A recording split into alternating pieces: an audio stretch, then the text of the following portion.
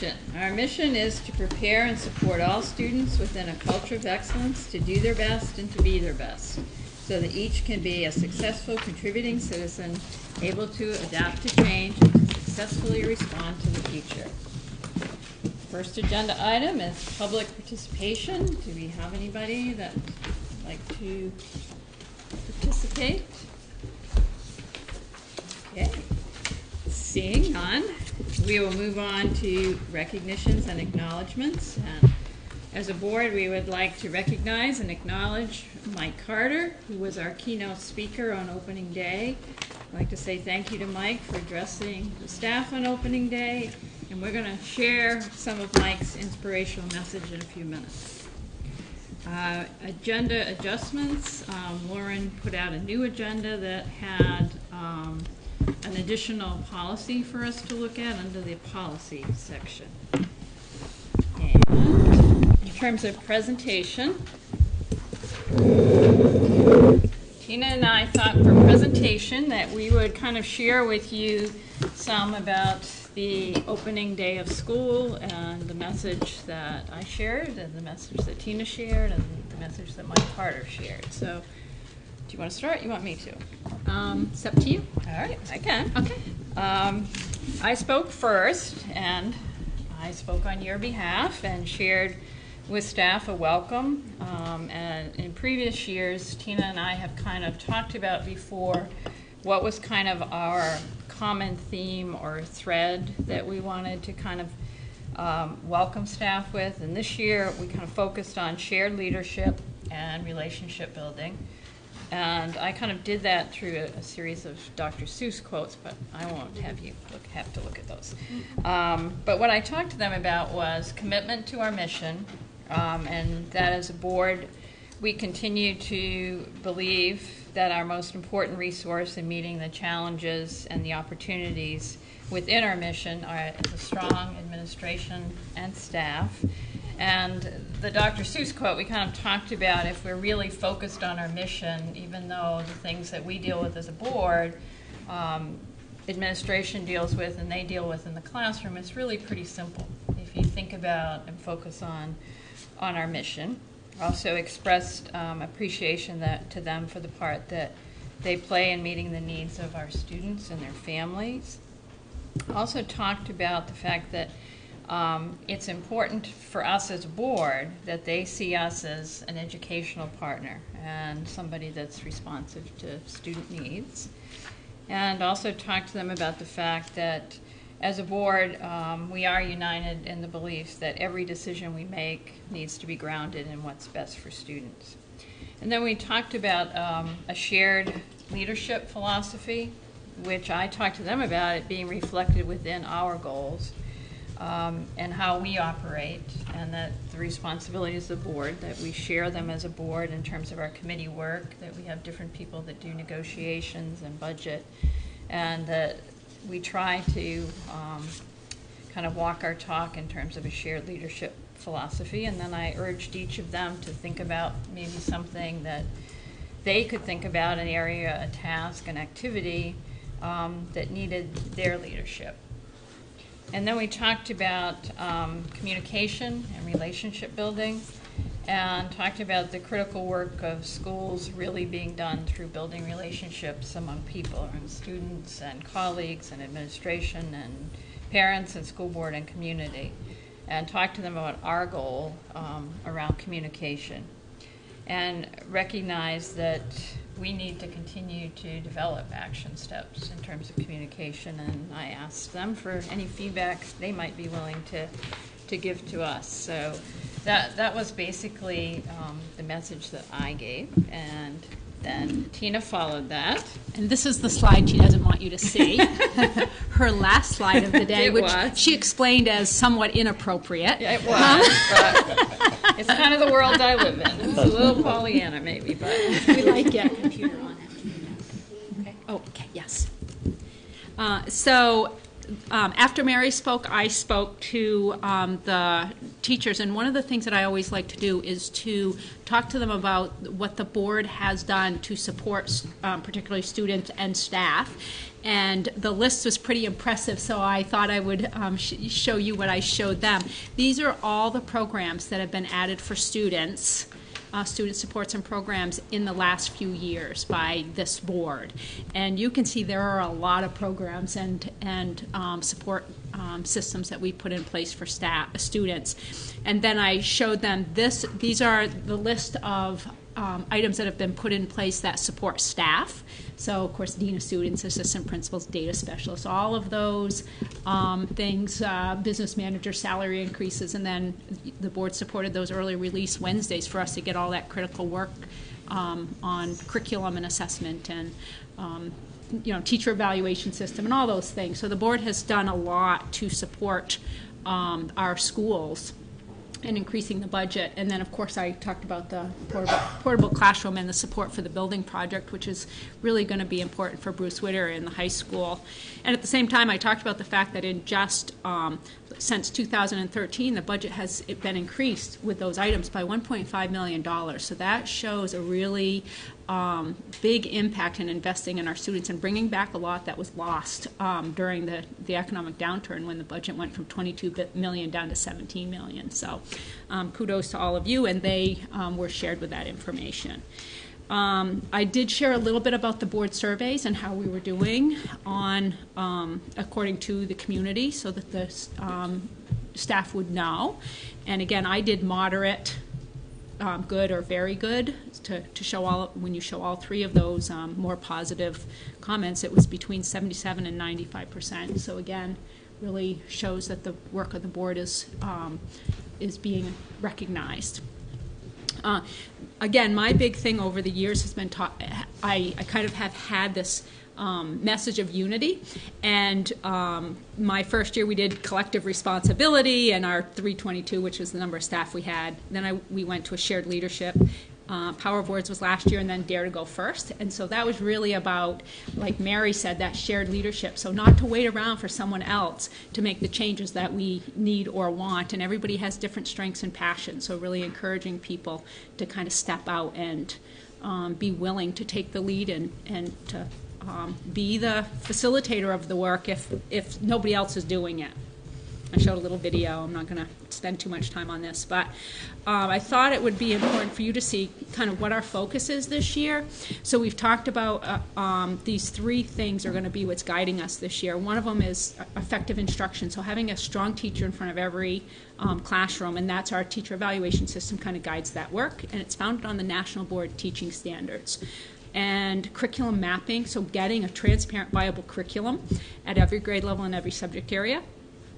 We won't accomplish that in 1 year, but that is certainly a big focus for this year. And then culture, that comes back to the supporting students and staff in the behavior needs that we have, but also in building morale and appreciation and support for staff and students, just in all of our buildings. So that's our focus for this year. We talked quite a bit about what the curriculum work was going to look like. I won't go into the details with you, but you can see how we've got several different areas that we're focusing on with a new software system for putting our curriculum, effective instruction. Oops, this is one of those. We we have a teacher evaluation steering committee giving us feedback on the implementation of our teacher evaluation system, and then we're making some modifications based on feedback. We have a new software system that's going to make the system more efficient for teachers to upload their portfolio items, and also for principals to handle all the paperwork on observations, that kind of thing. Culture and climate, these are the things that are kind of leading the way in our schools. PBIS is positive behavior interventions, and that's really K-8 focus, and restorative practices are the big focus for the high school level. And then again, student and staff leadership to really work on the culture piece. The other thing that I always do on opening day is I talk about student achievement, because I want to make sure our staff understand where our students are performing at a district level. So if they're out in the community and they hear community either talking about the quality of our schools or our testing, that they have the accurate information to respond, or if somebody asks them how our students are doing. So and again, we only have 2015 data. The new 2016 data doesn't come out until October. It's late this year because of the new test.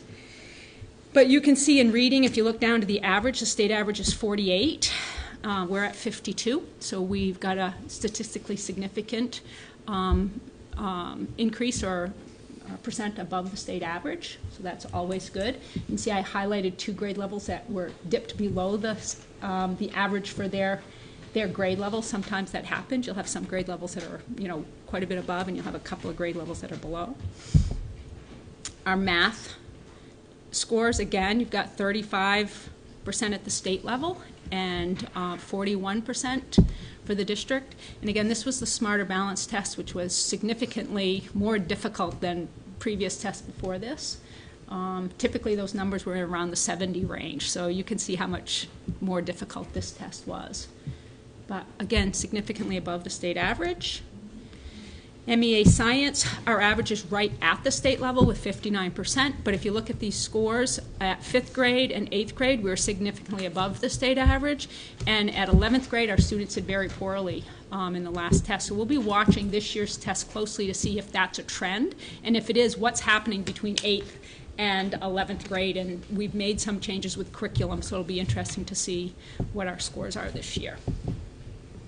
And the last thing that I did was we did service awards for 10, 20, 30, 40 years, and also some recognition for district committees. You can see those. That's how many teachers we had at 10 years, 20 years, 30 years. And we had nobody at 40 this year, although we typically do. We have some that are over 40, but none that were right at 40. And then we just talked a little bit about our district committees. So then we had John Hawley doing a humorous training on affirmative action. He's the only one that can make that stuff funny. It was a nice little switch up. And then we had Mike Carter speak. And I don't know if, Mary, do you want to say anything about Mike before I? No, why don't you Okay. just... So Mike gave a speech that I heard from teachers. They felt like it was very timely and appreciated. And he gave a speech that was really focused on teachers seeing the potential, and administrators, in every student and in each other. And so I just captured the last 4 minutes of his speech so that you'd kind of get a sense for what that was like. And let's just hope the sound is loud enough so you can hear it.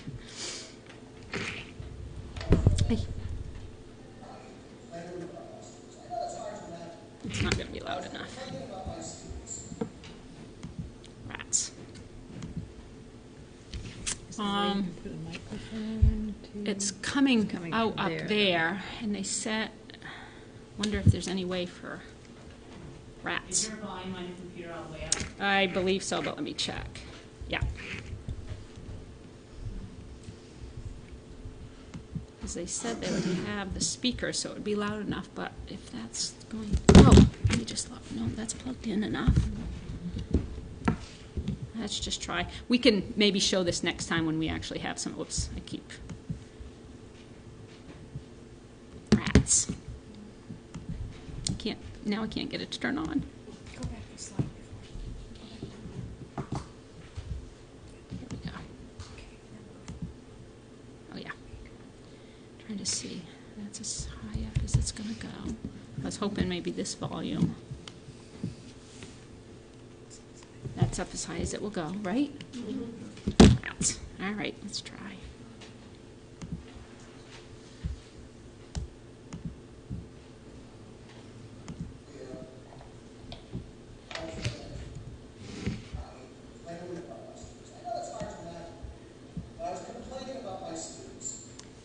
So he's saying he's complaining about his students. Not working as hard as he wanted them to.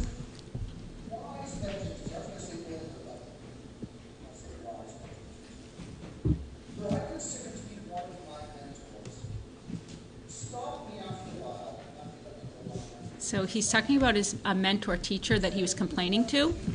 And he's telling them that, he was telling the mentor teacher how the kids weren't working as hard as he was and how they didn't do their homework and they didn't do this and that.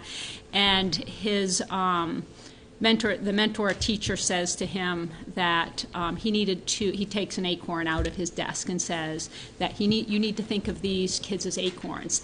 And so, of course, his response was, "What? Are they nuts?" And the teacher says, "No, their potential is hidden at this point. We only get to work with the acorns, but you don't know what amazing people they're going to become or they are now. And sometimes your work every day, you don't see that's actually leading to their eventual growth and who they are as a person." So he just reminds them to think of the acorns and think of the potential in every person they work with. And he shares a touching story about his grandson's in second grade, and how he hopes that every teacher and bus driver and food service provider that comes in contact with him during the day sees the potential in him like his puppy does. And he just gave a pretty strong speech to the teachers about that, how difficult it can be to have patience and to see beyond maybe the misbehavior or the lack of engagement, and to remember that when they're going through difficult times. So it was really well done. It was well done, and he had a standing ovation from everyone in the room. It was really inspirational, and it was a follow-up sort of to what Skip did last year for them. So we're hoping that's a tradition we can carry on, as having a staff member speak to their peers, because it's certainly much more powerful than anything Tina or I could say to them. So.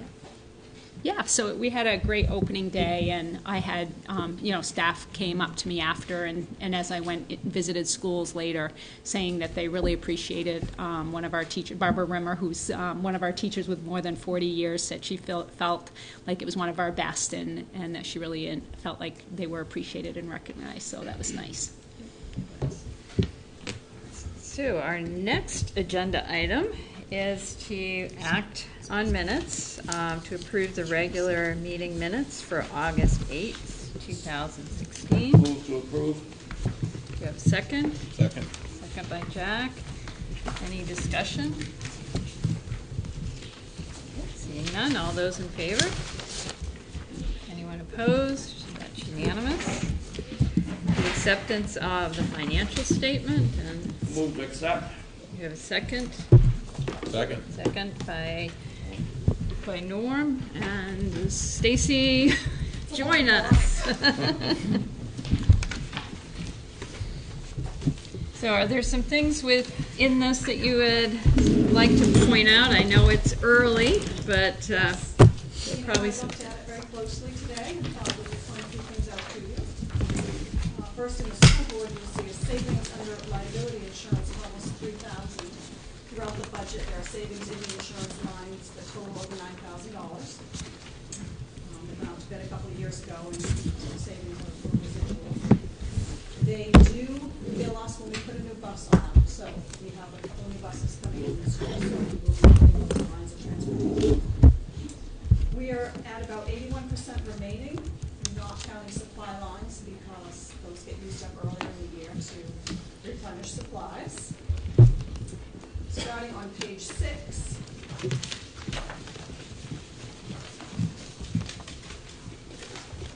Welcome to Safe Passage.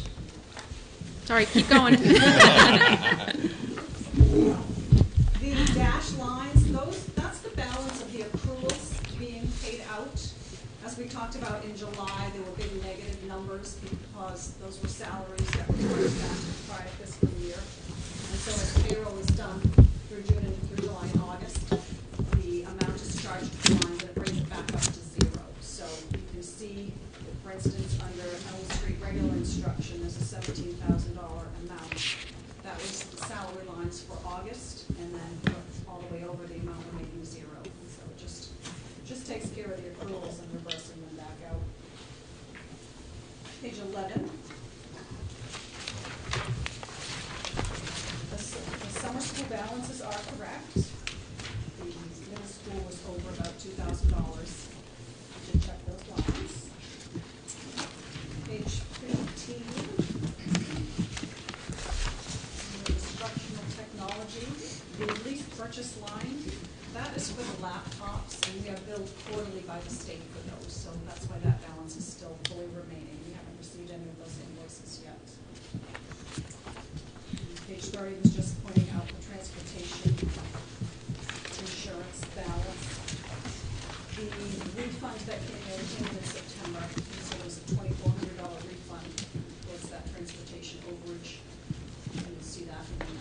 And Stacy, you said the rebate or the refund is because when you take some buses off, you get a refund for those, but the new buses cost a little bit more, so there's actually still going to be a negative there. But we thought it was important to point out why it was negative why there was a negative there is because of the new buses we bought. We're on transportation line. Bus garage rent. We still paying rent, or how's that mess coming? I'm going to, yes, we are, and we have an executive session we'll Okay. discuss later. Okay? Geez, I'm just a few minutes ahead of myself. Yes, you are. I have one quick question. Did we get rid of the buses that were no longer used? Yes. Yeah. I thought we did. They look like they're gone. Yeah, Yeah, I think that was in John's report last month. that's right. Well, I've been on vacation. I've been out to lunch for 60 years. I know they're missing, so I assume they're. Page, Stacy. Page 34, under system-wide operations, the fourth line down, the benefit line. John Hawley's amounts were being charged to this line. We have a spreadsheet for benefits, and so we corrected the spreadsheet, and I will move those amounts up a line. So he is a comedian, but he also causes problems. Oops, he's not listening. We were making fun of you, John, and you didn't even hear us. That was my plan. Okay. Unless there's questions on the general fund, I'll move on to the food service. Quick I got question. one. You were saying that the insurance refund and stuff, we got 2 new buses coming on, but we've still been paying on the old ones we took off. We adding more buses overall. Yes, we received a refund check in just a week ago, and On, on the buses that we sold. okay. Yep. When the new buses are purchased, then there will be an additional charge to that line. Okay. Quick So question. we kept insurance on them even though we didn't use. Until they're sold. Okay. So that teach us next year to sound quick. Either that or hope somebody wants them or somebody to steal some. Quick question. On the board of directors, we have the purchase professional services. I'm just curious what that was. That is the Audit. audit. Oh, okay. They will be showing up on Monday. All right. Oh, good luck. Thank you. And one of the good things is when you notice the reduction in the insurance cost for the board, it's because you're making good decisions and we haven't had a lot of liability. So the better we do with our decision making, that liability cost is decreased with fewer claims. So we've come down a lot in the last 4 years. The food service on page 2.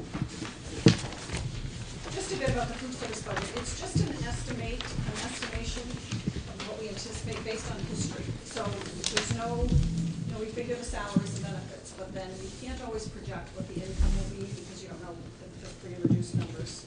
So this is just a projection. With the summer program, that claim will be submitted with the September claim. They don't let you submit claims in July and August, they being DOE. So that all gets rolled into the September claim, and so we should be receiving that refund either the end of September or August, or October. But the cash balance in the food service account, I was able to reimburse the general fund, because we don't pay food service bills out of a separate account, it's all paid out of the general fund, but we keep track of it with the separate budgets. And so when they're paid for, we then have to reimburse the general fund for those expenses. And with the $12,800 for the summer feeding program and the reporting period at the top of page 2, the $11,700, that was for the summer expenses. So those two items together were $24,600, and we did have money on hand to reimburse the general fund for those expenses out of the food service program. And I don't really have anything on adult ed yet, where it's so early in the year, but I did notice the percentage remaining on that printout is showing as a decimal instead of a percentage like the other two printouts. And so I will fix that so it is consistent for next time. Thank you. Any other questions or comments in terms of financial? Have we been able to collect any of the money due on foods, Students on the this. students' balance? I mentioned to Tina today, collections have been coming in very well, or receipts have been coming in very well as far as I'm seeing an increase in the monies that is coming in. I don't know if those are old balances. I would refer that to Ellen, our Youth Service Director, or John, but it is coming in as a good amount. We could have a report on that next meeting if you'd like. Yeah, just curious. I know it's going to be difficult to collect some of the old money, but just curious. Any other questions or comments? All right, we have a motion and a second. All those in favor? Anyone opposed? That's unanimous. We don't have any old business. We have new business to appoint an assistant principal, to approve assistant principal resignation first, and that is Kelly Marston.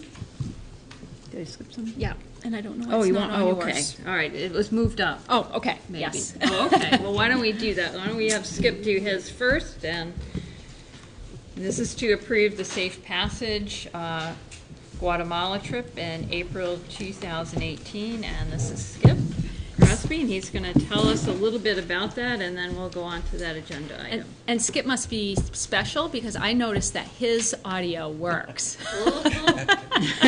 We know he is. So this is the third time I'm seeking permission to take a group of 10 students during April of 2018 to Guatemala to work with Safe Passage. And I'd like you to view this 2-minute video that was shot while we were there in 2014. And it shows a lot of our kids. They've graduated now, but and it's very informational. So, and it's only 2 minutes, so I thought it would be interesting.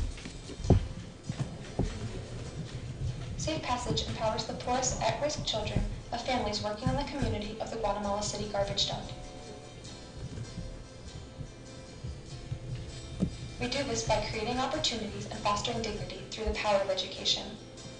A huge part of our support comes from people like you. People from all walks of life travel to Guatemala for a 1-week service learning trip to learn more about the organization and to get involved with our programs. A support team is a group of 8 to 24 people from schools and universities, community or religious organizations, sports teams, or a group of friends that want to make a difference in Guatemala.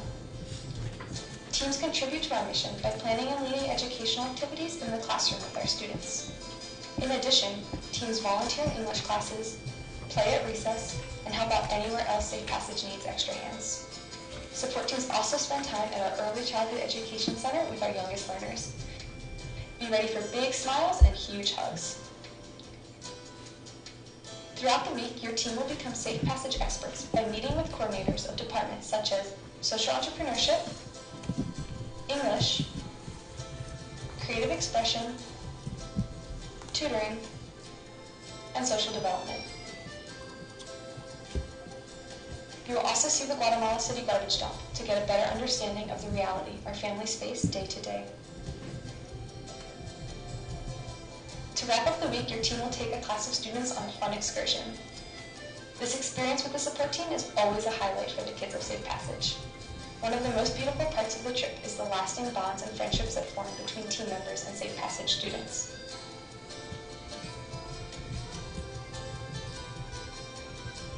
To start planning your life-changing experience, contact the support team coordinators.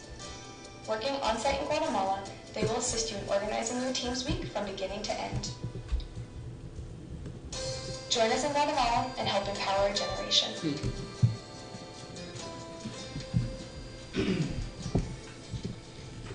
And I don't think it's a problem to share, and I always like to.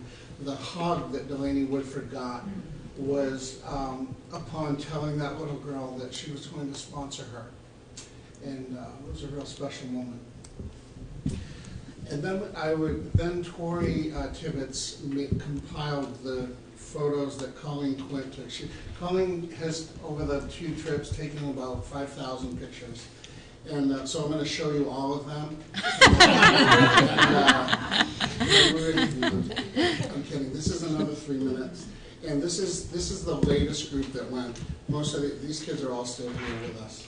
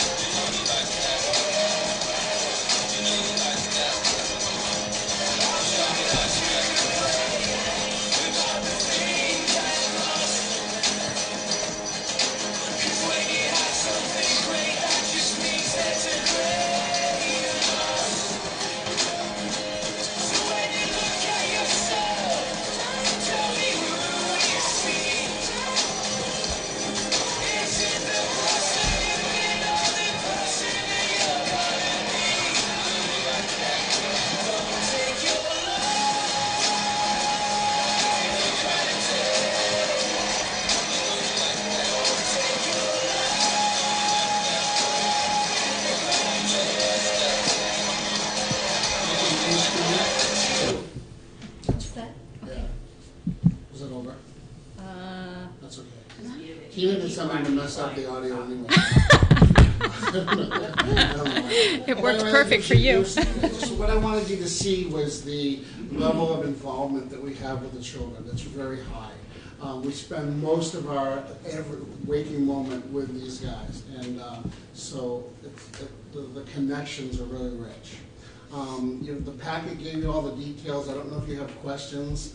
I need school board approval so that I can send a check to reserve our week for 2018. Why are we skipping a year? Because it takes us 2 years to raise money. Okay. Yeah, Yeah. that's a lot of work. What's the approximate You don't wanna raise cost? money if there's a possibility it's not approved, right? Right. Yeah, that's, What does it cost you guys to go down there for two? it's $1,700 apiece. Yeah. And how many go, Skip? Is it 10? Yeah. Yeah, that's one of the regrets, but I can only take 10. The information is in our Yeah, the whole packet. packet, And Colleen is going with you She again? is for the third Good. time. Yeah. Does anybody have any questions for Skip? Well, I'll make a motion to approve the trip, 2018. And a second from Julie. Any further discussion? All those in favor? Anyone opposed? That's unanimous, and thank you, Skip. Thank Appreciate you so it. much. Appreciate it. So now we will first approve an assistant principal resignation, which is Kelly Marston's, and that was in your packet. Move to accept. You have a second? A second from Jack. Any discussion? Is there anything that you wanted to say about the resignation? Yeah, Kelly Marston accepted a principalship in SAD 52, so she got a nice big promotion, and we're pleased for her. It meant for a last-minute transition and just kind of a scramble for Rick. He's been without an assistant principal for a couple of weeks, but you'll notice the next line Right. down is our solution to our immediate problem. Of course, it adds a little more problem for somebody else, Sean, but there's a solution to that one too. So we had a little ripple effect, and So we have a motion and a second to approve that resignation. All those in favor? Anyone opposed? It's unanimous. Quick question, why do we, I just out of curiosity, why do we approve resignations? Because it really doesn't matter whether we approve or disapprove resignations. Well, I think it's because we have supported the approval to hire them. Right. So then we have to do the other side of that, which is that they're leaving. But, yeah, I don't know. we don't know. We just do We it. just do it because they tell us we're supposed to, is really what it boils down to. Just for giggles. Okay, all right. So we have an opportunity to say good things about the people who have served us, Oh, served okay. for us or with us. So to approve the assistant principal nomination, Amy Hediger, and Amy is with us tonight, so. I'll make a motion to approve Amy Hediger as assistant this year. Okay, and we have a second from Norm, so we have a motion and a second. Would you like to say something? Sure. So for any, and I'm sure Rick will too. Keep standing, Rick. Amy, those of you know, Amy's been with us for a while and has served amazingly as a teacher, both at PCS in the past and at Bruce Whittier. And so we're really excited about her nomination and her desire to move up to an administrative level, and I'll try not to steal all of Rick's thunder. So, Rick, do you want to speak? Just really quickly, when we talked about the three big goals for the district this year, Amy really is going to help us meet all three of those goals. We talk about effective instruction, a finalist for Teacher of the Year, pretty effective instruction there. Curriculum mapping, she's done a lot of work here at Whittier already, and then she also helped the district out getting some extra training with the Rubicon Atlas program that's going to help the elementary level now get that all mapped. And then we talk about culture, and I don't think we can find somebody who's more dedicated to this district than Amy is. She is connected with people across all levels, from PCS, Whittier, coaching field hockey. I feel bad that there is a certain loss at Whittier. Not too bad. You can't quite reach, can you? And I do, and I know what a strong connection Amy has with her field hockey players too.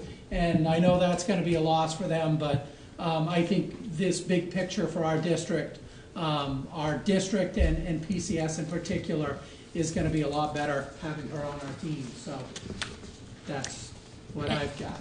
And I will add that Amy is slated to start on the 19th, which is next Monday. We kept her in the classroom so that the 8th graders would have a good transition in the school year. She could set up the routines, the habits of work expectation, all those things that happen at the beginning of the year. Really important to have somebody other than a substitute in there on day one. And we had expected to keep her until August 1st, so that she would, have a good, October 1st, or October 3rd would actually have been the Monday, but we were able to secure a teacher to fill her position sooner, so we were able to move her in sooner.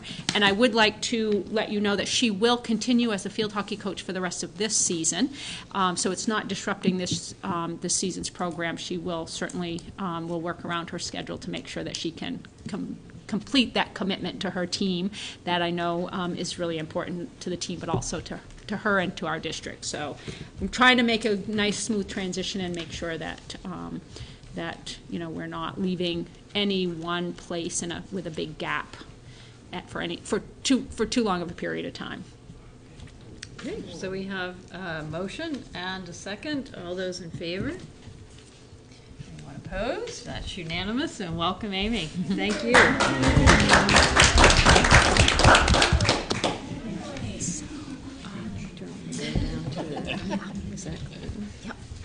And I'm thinking this is the replacement for Amy to approve a teacher nomination for 1 year. And that's Clayton Jones, and is Clayton's here? Yes, Clayton is here, and Sean will say just a few words about Clayton. I do want to introduce Clayton Jones. Very excited to have him joining our team. I think it's whenever you have the opportunity to hire, it's nice to be able to bring somebody in with a different set of experiences, because I think that adds to the team. And Clayton has a unique background. He's taught in Utah, and San Francisco, and Massachusetts, and now he's here in Maine. He has degrees from Brown University and from the University of Vermont. And I think those are all unique to the staff that we have at Whittier. So I think with that, he brings in a degree in middle level education and in environmental education, right? Yeah, environmental education. So he's right on, we were worried, a month into the school year, how are you going to find a science teacher to come in and to replace Amy Hediger, and we were really pleased to find Clayton Jones, and I think it's going to be a great transition, a very positive hire at Whittier Middle School. Thank you, Sean. Sorry, and one thing I'll add is we have this for 1 year only because it was a late hire. That's why I was So, gonna you know, it's hard to go through a thorough review process when it's, you know, September something. So, Sean. And I'll add to that as Yeah. well. Amy Hediger was slated to teach 7th grade math and science this year. And when we learned that she would likely be transitioning to Poland Community School, I asked Dan Knott, who's our 8th grade science teacher, to slide in and to teach 7th grade math and science. He was willing to do that for me for this year. So because I made that position a 1-year position to allow Dan to go back to his 8th grade science position next year. And then you know, Clayton would certainly have the opportunity to apply for that 7th grade math science position in the spring. And that again was one of those decisions that Sean made that was really focused on the kids. That 7th grade transition is really critical. They're moving from our 3 elementary schools for the first time to a middle school, which can be not just scary for the students, but also their parents. And it was a double block. So when you're advertising, you don't know if you're going to have to have a long-term sub for a year, or if you're actually going to find certified candidates. So when you're making that decision, you want to make sure that the decision doesn't leave us with a big gap for our most vulnerable students, which are the ones just walking into the middle school. So we were fortunate that we got a certified, or almost certified. We're working on getting the paperwork from the DOE, but a certified teacher to fill that position, and we'll certainly go forward. So do we have a motion to support that nomination? So moved. Second? Second from Diane. So we have a motion and a second. Any other discussion? All those in favor? Anyone opposed? That's unanimous. Welcome, Clayton, and thank you for being here tonight. We appreciate meeting you. I like it when the candidate shows up. Yes, we do. I really do. Yeah, it's nice. A lot of them we hire, we never see. And our next one is to approve a Title I literacy teacher at Elm Street, and that's Kelly Labonte. Kelly has already started with us. She's one of the people that I hired, before school started, but I wanted to put her forward to you anyway. And she comes fully certified. She was a literacy coach over in Oxford Hills, so she has been in a coaching position for a few years, providing training for staff. So she comes with a lot of credentials and good years of experience. I can't remember how many, but can you? 18 years of experience, I believe. So we're really fortunate. It's hard to fill Title I positions with really strong staff. So excited about that. A motion? So moved. Second from Julie. We have a motion and second. Any other questions or discussion? All those in favor? Opposed? That was unanimous. As you remember, we had a resignation earlier of our nurse at Elm Street, and this is a motion to approve an RN nomination of Melanie Whited at Elm Street School. You want to say a little bit about that, and then we'll... Sure. Melanie is slated to come on board in October, and she has a lot of years of experience at the hospital, so we're really excited about that. This was an LPN position. If you remember, we came to the committee and also to the school board to talk about in the future getting an RN at the K-6 level to kind of go along with our RN at the 7 to 12 level, and how difficult it was for one RN to kind of oversee and support all of the LPNs in the district. We were going to put that forward for next year, and then it didn't make sense to hire an LPN for 1 year and then do a reduction in force and then go through a hiring again. And we had an RN candidate. We had several really good RN candidates. So this is replacing an LPN. The cost is about $9,000 more than was in the budget. But again, it made sense for us to do, and we're going to absorb it for this year, knowing that it's the right thing to do to have an RN at the K-6 level with all of the number of really fragile students as far as their health goes. So. Okay, do we have a motion? Motion from Norm and second from Julie. Any more discussion? All those in favor? Anyone opposed? Okay, that was unanimous. Steve, I didn't Steve? see a hand, so I just. Well, you said $9,000 Yeah. more above budget, that kind of. Okay, I'm sorry, I didn't see it. Yeah. Okay, so was that not a vote to He support? did. So what I would say, Right. so what I would say, Steve, is for all of the candidates, every year we budget. You don't know if you lose somebody, so sometimes they need more salary because they have more experience. So if you get someone with a lot of years' experience, they cost a lot. Sometimes they don't need a Is it family same plan. experience? Yes, hers is partly because of she's got a lot of years of experience as a nurse, and she's an and she's an RN, so it's a combination. I'll vote yes. But that's why it wasn't, and that's why I just want to be transparent. We didn't initially budget that much money that it's costing for this person, but it certainly is a higher credential and a very strong candidate. I mean, the fact that we got her for just $9,000 more, I think, Yeah. is a good thing for an RN, because at the hospital, you're not going to get paid that. Well, and the difference is Yeah. that and she didn't need insurance, so it made that difference. So again, sometimes you get a person with less experience, but they need a family plan. It can, family plan costs $20,000. So depending on the experience and their benefits, it can go one way or the other. Okay, so we're ready to move on to the next one, which is a teacher nomination for Andrea Forbush at the high school. Do you want to talk about that, Carrie? Yes, so Andrea is coming to us from Margaret Murphy School. She will be taking over the functional life skills class. Joe Fawcett ran that program for a very long time, resigned in August or somewhere around the beginning of August. So I will just say, Kat Seeley graduated from here in 2012 as a long-term sub there, and she's knocking it out of the park, so we're going to try and keep her.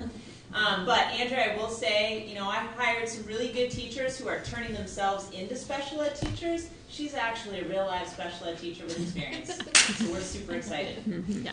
And She's gonna be lots of starting right around October 1st. Yeah. Same thing as she didn't have a notice clause, but she's been with her organization for a long time, 13 years, I think. And she said the right thing to do is for me to give a good notice so that they can try to fill her position. The So program's in good hands right now, so we're doing fine. Okay, do we have a motion? So moved. Jack, and a second from Diana. We have a motion and a second. Any other discussion? All those in favor? Anyone opposed? That was unanimous. And so we are down to approving the RSU 16 Affirmative Action Plan. John, would you like to talk to us about that? It was in our packet. So, federal and state law requires that all employers have an affirmative action policy and plans. Well, we have the policy, but we don't have the plan. So I took some time to create one. And as part of that plan, I have to educate and offer training to the board. So if Ryan, you could make a note that the board is getting schooled, this will count as a training. All right, so basically it's a very short plan that incorporates our policies, but the plan outlines how to file a complaint. Well, actually, let me go back. The plan is a guideline for how we as a district take an active role in making sure that we aren't discriminating against anybody that's in a protected class. And those protected classes are anybody that is judged based on their race, sex, color, ancestry, national origin, religion, physical or mental disabilities, genetic information, or sexual orientation. So our plan outlines for somebody that feels that they've been discriminated against, how to file a complaint, who those contact people are to complain to, and of course, I'm the affirmative action officer, so locally people can come to me, but they also have the ability to go even above me to either the Maine Human Rights Commission or the Office of Civil Rights in Boston. So it also has to outline who we have to train and when our trainings occur, and all the staff at this point have now had their annual training, so we're in compliance with the exception of the board, which is happening now. We have to make sure that all the required postings are in places where employees know how to get access to our plan, who to report to, who to complain to, and so on and so forth. It also describes how we will maintain our records of compliance. Right now, we're going through an audit through the Equal Rights Commission. Every 2 years, they pick a school district that has more than 15 employees, and they randomly select the audit, and we got selected this year. So I have to report to them the race of every employee that we have, when they were hired, and they make sure that we're balanced. Yeah. Make sure we're balanced. Yeah. I mean, they're telling us we have to hire a certain number of non-whites. Let me finish, okay? Okay. All right. So it also lays out how we will conduct our investigations and how we report our findings. And it also requires that we look at, and this is where this becomes important, we have to make sure that our recruitment and our selection standards, are not swayed so that we are discriminating against any protected class. So we have to take a look at all the applicants and make sure that if there is somebody in a protected class, that we have really good justification as to why we didn't hire that person. Okay. We also have to make sure that we're balanced with wage and salary standards. Most of those are, governed by contract, so we don't have so much to do with that. We make sure that there's gender equity balance in our programs and all our activities, and also how we would make reasonable accommodations to anyone that has a verifiable disability. Then we just have to make sure that we train the administrative staff on affirmative action and equal opportunity employment, equal employment opportunity, and the administrative team had their training several weeks ago. And that, in a nutshell, is the training. I love that short training. Thank you. And for the board members who are not here today, John, do we ask them to read the policy and ask you any questions? Sure. Okay. That's what we will do. So do we have a motion? So moved. A second? Second from Julie. We have a motion, a second. Any more discussion or questions for John? Okay, seeing none. All those in favor? Anyone opposed? That's unanimous. So we have, it looks like 2 policies. The first one is to approve the review with no changes of JLCD administration of medication. I'm going to let Melanie Melanie? speak. Yeah, sure. Good evening, everyone. I had brought the policy JLCD to the Ed Committee policy because we were looking at, from a recommendation from our nurse and our physician, potentially entering into what's called a collaborative practice agreement, which pertains to the administration of EpiPens. Epinephrine, it was in the news recently. It would have allowed us to administer, according to a law, the medication to students that did not have a prescription in case of emergency. We took it to the board and the Ed Committee policy, and they had some reservations because, quite frankly, of cost, and also some of the language in the policy. So they charged me with going back, doing some further investigation into this collaborative practice agreement, and I spoke to the school nurse consultant, Nancy Doobie, and after a conversation with her, it looked like it was in our best interest not to go forward with the collaborative practice agreement at this time. But in doing so, I did do a thorough review of our policy, and so my recommendation at this time is to update the policy but not change it. And Nancy Doobie is the person at the state that supports nurses, and so she spoke pretty strongly that by having that language in there means you have to have a lot of EpiPens in all of the places that children are so that they can be used, which they cost $100 each. And so it could have been a very substantial cost to the district if we had that added that language to our policy. And there also would have been the expectation that it would be available wherever kids were. Yes, and they expire yearly, so you have to keep adding new ones in every year. So it's not a one-time cost to get them and have access to them. So they may never be used, and you've spent thousands of dollars to outfit buildings with EpiPens. So although we like the idea of it, financially we didn't think it made sense. I believe you'd even have to have them on trips when they're traveling to Yes, games away games potentially. and all of that. Yes. So.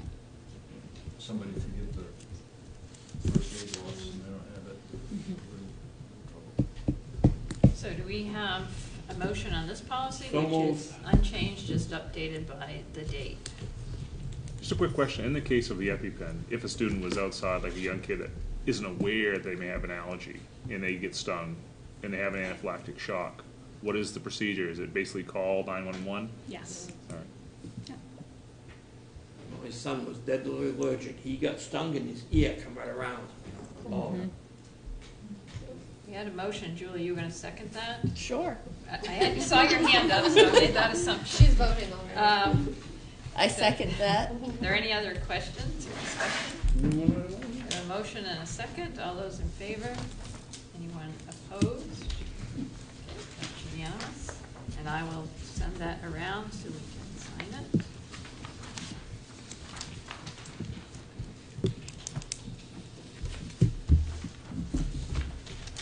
And the next one is on graduation requirements. I thought we talked about it, but we didn't vote on it. Is that what happened? So there's two things that have happened. We did talk about this, and you did vote on it.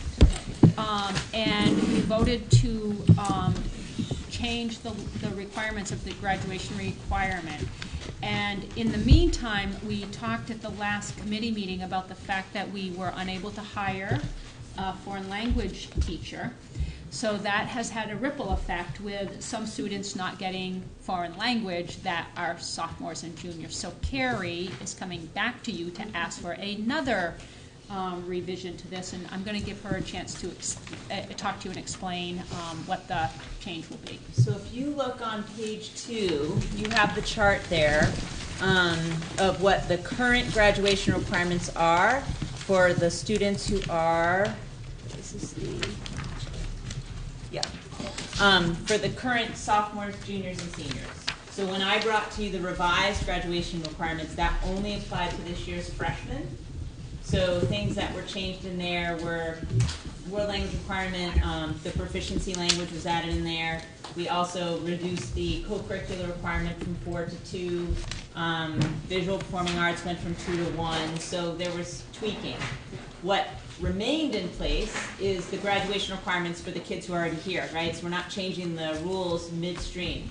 However, we now have a situation where we were unable to hire somebody to replace Therese Tolliver when she resigned. I did have some applications. I was not confident in those applications, and I've been in this situation several times in the last 9 years of hiring somebody at the last minute, and it just not being a really great fit.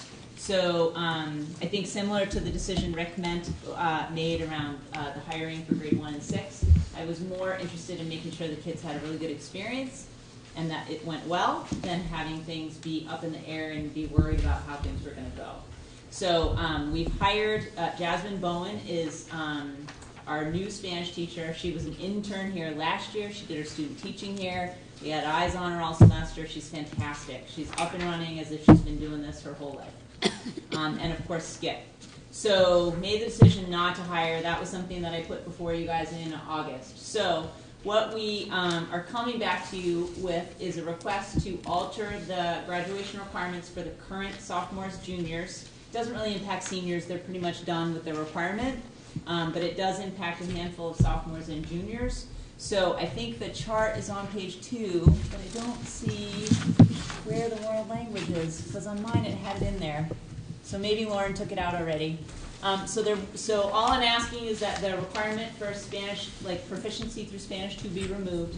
I'll give you a quick sense of what the implications were, because we had to redo the week before school started, the whole Spanish schedule, which impacted a whole bunch of other things. Counselors were awesome. So first of all, in 9th grade, we took Spanish out as a requirement, and I will tell you that only 7 students are not taking Spanish in the 9th grade. So really it didn't impact that group at all. Most of the kids, we had already loaded them in, assuming they were going to take it. And when we notified parents that they could withdraw their child, we got 7 takers. So, and when I look at that list of kids, it's an appropriate choice for the family and for the student. So that's the good news. The implication for 10th and 11th graders, there were 13 sophomores who opted to withdraw from Spanish 2. Some of them were in Spanish 1, either trying it again or couldn't fit it in their schedule last year. And then 9 juniors, again, students who had struggled through Spanish 1. I will say that it brought a sigh of relief to a lot of families when we offered them the opportunity to pull out of Spanish 2, because it had been a very difficult. Juniors taking Spanish 2 have struggled. Like, that's just why they're still juniors trying to take the second year. So the total number of kids that are not going to be in Spanish are 29. No kids were pulled out who didn't want to get pulled out. Nobody was made to pull out. Class sizes are a little bit larger in Spanish 1. They're sort of okay in Spanish 2. And Skip is teaching a little bit bigger load than he would have had to. It's a 1 year. It's a 1 year issue. But we feel really good that we've been able to meet the need, and students. Even a couple of kids that we were offered it to and said, you know, this would be great. Kid in the family, like, no, I kind of like it, even though it's hard, and I know I didn't do very good, I like it, so I'm staying. So those kids were allowed to stay. We didn't make anybody leave. But that's where we stand. Carrie, what's the implication for those kids down the road if they decide to pursue something? Yep, so the only implication is if they're applying to a four-year college right out of high school. And that was something that the counselors were very clear about when they were talking with families. And when we sort of, targeted the list of kids that we thought would benefit from being out, they were students who were trying to squeeze this in around LRTC, students who were who maybe had spent summer school. We had about 7 students complete Spanish 1 in summer school. So those kids got to take it off their plate and pick up another elective. So there's students in general who are looking at community college or other training programs or the military after high school, and those implications for them are not a problem. And you talked to every parent, or the counselors did, talk to every parent about the decision. Yep. So have we got to add something on to this other list of stuff to get their credits? Nope, you're taking something off. Spanish for sophomores and juniors. Was a credit there if they took it? Yep, so what they're doing instead is picking up an elective class, so they may be picking up another technology class. And get a credit. Yep, okay. Yep, so it just doesn't have to be a credit in Spanish, Yeah. it can be a credit in whatever they want. And I sent around just the original with a blue highlight so you could see the one thing that was taken off. Yeah, so I think Lauren must have taken it out. She did. Like, wait. Yeah. I was going to show you the thing that was going.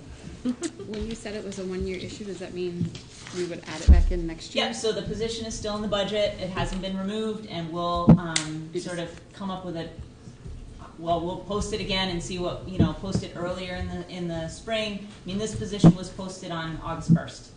Right? And by then it's tricky. I think, Diana, your question is, will it still be optional for the small group of students who, there will be, once it's, you're not going to add it back into the policy next year for the sophomores and juniors. Graduation requirement? No. So it'll always be gone from the Right. You guys voted to take it out for 9th graders, so next year they'll be 10th graders, so there's no implication beyond this year in terms of the requirement. So it's just doing it for this year. Yeah, we're doing it for the 13 sophomores and 9 juniors who, for lots of good reasons, are not in Spanish anymore, and we can't get them Spanish anymore. So it's a combo. And the other piece of that is all freshmen are going to be loaded into foreign language. Initially, that's our goal, because, as Mary said, we don't want to eliminate the possibility of a 4-year college when they're in their freshman year. And they're having a great experience with Spanish in the middle school. The teacher that we have in the middle school is a kid magnet. He's very fun, and so we want to keep it a good experience for kids when they come up. It is. So, Carrie, obviously world language is a shortage of teachers. It's very competitive to fill the slots. Is that correct? Yes. Is our salary competitive to attract people? What are we going to do about that? So we have an executive session to discuss that later.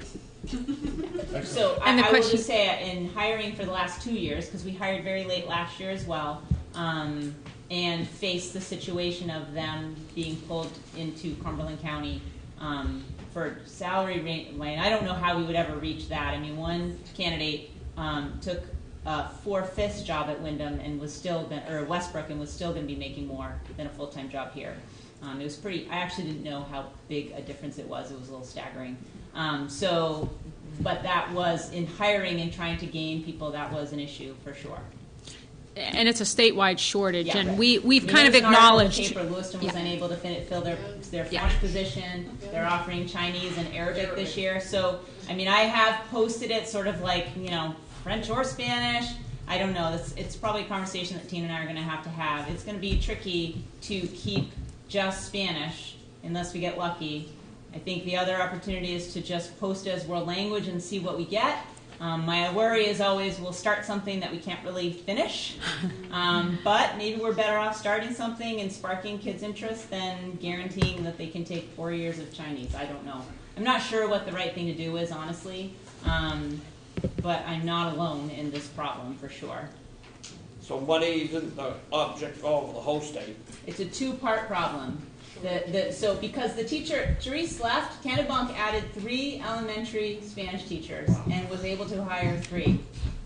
And so what they're able to do is just sort of suck them from other places, right? Because, a lot of personal reasons that she moved into Southern Maine, so, no fault of Therese's. But that is something that Kennebunk and other schools like that are able to do. The shortage is not as extreme for them because they can offer that salary package and pull teachers out of other schools. But you said the whole states have it. Yep. Isn't not enough students graduating from Yep. colleges to teach us? Absolutely, that's true. Yep. Same So with we could throw the world at it, and the rest of the state still gonna be shot. Yep. So right now what's happening is schools are sort of pulling them from each other. Yeah. So we started posting on a different job site that might get us some out of state. I know lots of other high school principals have had good luck pulling people from out of state, which is really one of the solutions that we're going to have to look at. But it's a complex problem that does not have an easy solution. Yeah, what Carrie's referring to is we purchased School Spring, which is has a national audience for your job applications, and it costs. I think it cost us $2,000 for it, which $2,000 is $2,000, but we felt like we had to start reaching out beyond our local area to get teachers, particularly foreign language, special ed. Some of those positions that are really hard to fill around here. We were just running into some dead ends, so we decided it was worth a try, and we'll see how many applications we get through that system to determine if we want to keep that going in the future. But certainly, it's worth a try. It's a problem with people just leaving the state. Well, they're not even graduating from the colleges with special ed or math The and university system, foreign I think language. you can't even sort of major in those languages. I mean, it's a combo problem. A lot of issues. Is there Yeah. if you happen to be bilingual, the Lewiston has a large French-speaking population, is there an easy path for people who can speak the language to teach the language, or is that you have to go through a certification process? 4 years of bachelor's degree with There's teaching no education. special, like they do for special, like if you're not certified, you can get conditional certification. Yes, but a for- conditional means you've gone through like an education program, and you under the condition that you take a few courses. Typically you can take a few courses, or if you have a degree in English and you take a few courses, you can get a conditional for special ed. But you still have to have a 4-year They don't education. have to major in it, however, because we have hired people who are bilingual and can demonstrate the skill in the language through an exam. So we have had a couple people go that way. So it's not all the courses, but they don't have to necessarily have a major in Spanish if they can pass that exam and prove that they're actually bilingual, that they're able to speak it and write it and do all that. But they have to have a bachelor's. Yeah, they have to have a bachelor's degree. They have to have a bachelor's degree, but it can be in anything if they can demonstrate fluency in the language and take the exam. So you don't have to be a Spanish major in a college if you can prove that you're fluent. So that is one small piece, just because I've seen people do it that we've hired here. Does it have to be a person? Can it be like a web-based, Yeah, no, so I've actually had that conversation with other fellow principals facing the same issue. I think the trick for it is like any online learning opportunity, that we've used here, without adult presence, students struggle. It's hard for a 14-year-old to like buckle down when the computer is all that's telling it what to do, without an adult supporting them and sort of making sure that they log on a certain amount of time each day and those kinds of things. Even the students we've had who are taking online college courses and AP courses still struggle. They tend to be more likely to drop those courses than live teacher courses. So I think that's the struggle, right? We still need somebody there to help support them. Right. So right now, we've removed the world language requirement. Well, we're going to for them, and then for the freshmen and You other already classes. removed it for the freshmen before. Okay, so there's none whatsoever now. Correct. Okay. Yep. Well, assuming you vote yes. Well. As of right now, there is room. I'm not gonna put 29 kids through hell. I couldn't pass it last year. Yeah. So we have a motion So moved. and a second. Second. Second by Leonard. Any more discussion, questions? All those in favor? Anyone opposed? That's unanimous. Yeah, they have all them 29 kids write us a thank you letter. In Spanish.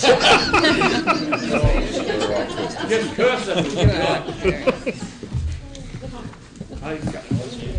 Okay, we are down to our administrative reports. Our A-team reports were in our packets. And is there anything that anybody'd like to comment on in terms of, is Holly here? No, she's away on vacation. Okay. Friday and But today. I did appreciate the articles that Holly put in there in terms of the special ed shortage, which sort of piggybacks the conversation that we just had. Because that's certainly been our experience here. But as I read them, I also know that we have some really strong special education teachers and ed techs in our district. So it also made me grateful for them, because we are continuing to move forward despite the fact that we still have openings. I have one question. And I support it, and I think it's a very good thing. When we put the portable out here, and as we're looking at adding on to the middle school possibly, one of the things said where we thought we could bring back some special ed kids that are out of district. How are we gonna do that if we can't even get teachers? So all of our teaching positions are filled. Right now, our gaps are with some of our ed tech positions, but if you look at Holly's report, even the ed tech positions that are open, most of them have some long-term subs in them. I think there's only 2 of them that don't have somebody filling them in. So it is a challenge, and you bring up a great point, but that program, we do have the teaching position, and when you have somebody like Joe Fawcett leave, he's been a mainstay for us. That was really concerning, but we had an experienced teacher apply. So you just got to hope that you're going to fill the positions you have and be able to follow through. We do have, I believe, there's 3 students that Holly is working on returning to the district. That's so, good. yeah. I support it. I understand probably as well as anybody on the board about special ed. I spent a lot of time on it over the years. And I think it's a great thing. It's just how do we attract people to be here to teach. What we do is we bring them in for interviews for other subjects, and then we convince them they want to be special ed teachers. And I would say Carrie is the master at doing that. She's done that with multiple positions and gotten us some really strong, like she said, some strong teachers who then become strong special ed teachers. Just don't do it with Spanish teachers. And one of the other things I noticed in the administrative reports was at the middle school, Sean? Carrie's talking to him. Sean? Just wanted to say that I know how difficult the transition to middle school is, and your student leadership academy and providing some training to 8th graders to support 7th graders, I just think is a great idea. And do you have a sense of how well that's worked for you? Have you seen any impact yet? Really proud of the 8th graders. I think, for them to give up a couple days for one thing was really nice for them to come in during the summer and then to come in that extra day at the start of the school year. But it's I really think the 8th graders set a tone for our school. And to have a big group of kids, 16 out of the 125 that are willing to kind of be part of this program, I really think it lends itself to making for a very positive experience for everybody at the building. And it is the honeymoon period right now, but it feels very good to be at Waiter Middle School. Good. Thank you. And also, John, I didn't know if people might have some questions about your operations report, because there's certainly a lot going on in terms of the fuel tank at PCS and Minot. So I don't know if you want to come up for just a few minutes and kind of fill us in on what's going on. And at the next subcommittee meeting, the Finance Committee and Finance and Personnel are going to get a full review of the finances. So we'll actually kind of go down through and say, here's some of the places we're over, here's how we're covering them, and kind of give you that big picture mine stuff. was kind of more about where are we in those projects. Well, essentially, the 2 oil tanks had to be abandoned, of course, because of the condition that they were in. So we had to have Mason Mechanical come in and install a couple of what I call residential size, oil tanks to temporarily hold us over, because the 3,000, the 4,000 gallon tanks that we need to replace those are on 12-week back order. So we probably won't see anything, as far as new construction on those 2 projects, probably until November, maybe even into December. So right now, it's operations as usual. The oil deliveries will just have to come more frequently, but we're going to make it work. Now, when you do that part, it sounds like you have to take a wall out of a building, and now is that any of those going to be any kind of interruption for school, or? They shouldn't, because both of them are really on the exterior of the building. Yeah. So they're in areas that we can kind of segregate, and keep the students away from those areas. So once the construction starts, it shouldn't be an issue at all. And it sounds like the issue around water at Minot School has completely taken care of also. Yeah, the final test for the arsenic showed that there was 0 trace in the water, so we're all set there. Will they, I've gotten a couple of calls, will they continue to test it regularly to make sure the filter doesn't fail again, or is there a plan? Or we get water tests from, the McKinney Falls Water Department provides that service to the town of Minot, and they give us an annual report, where, of course, we had this little scare. We can certainly ask for that, but it would probably be at our cost, because it's above and beyond their normal operation. What did you ask, Don? If they would test it more regularly, if we only do it once a year, you don't know if the filter fails. I know, when they get the new filters put in, Steve French took the water right out and took it right to Augusta that same day. So I think they'd be on top of it too, because their employees drink it. Right. Okay, and also thank you for the good work with the Department of Labor and the reduction from $4,000 to $400. I can't take full credit for that. Well, I've got a big team of people. I know, but you're part of that, so thank you and thank them. Quick question. Anybody else have any questions for On John? the boiler at PCS, when we replace those, about how long are we expect to get, because it says from 1980s, but how much longer by replacing those tubes are we going to get out of it, do we think? Is that going to get us another 30 years? Well, I don't know 30 years, Yeah, I know. but probably at least another 10. Okay. It'll give us time to start, hopefully in next year's budget, I'm going to present a more robust capital improvement, regime that will hopefully take care of some of these issues, so we'll be better financially prepared for some of them. So when we have surprises like this, we can take care of them. And have they've been able to move into the modular? Yes. Yes, good. Yeah. Did you guys do your fire drill yet? No, we're doing that this week. Okay. Yeah, there's just. We may be doing that this week. Hard to know. Right. So yeah, we just have a couple minor fixes, but they gave us the occupancy permit and moved in Friday. Friday. Yeah. Okay, any other questions for John? One quick thing. You said we're, 12 weeks out on getting a tank? Yeah, well, that was as of 3 weeks ago. Okay, well, that's not quite as bad. I was just concerned that maybe we're getting that, if we get cold weather early, we're going to start freezing the ground. So should we pile hay on it and whatever to try to keep the frost out of it as much as possible. Well, the nice thing about these projects is neither one of them require any excavation work. Oh, that's right, we're going The new above- tank, yeah, that's right, the new tank that's going into PCS is gonna go back into the, a repaired secondary containment, Yeah. and then the one at Minot is gonna go back into the, the building that was constructed around it. That's right. Yeah, we're not really disturbed. Right. We're going cheap. Inexpensive. Thank you.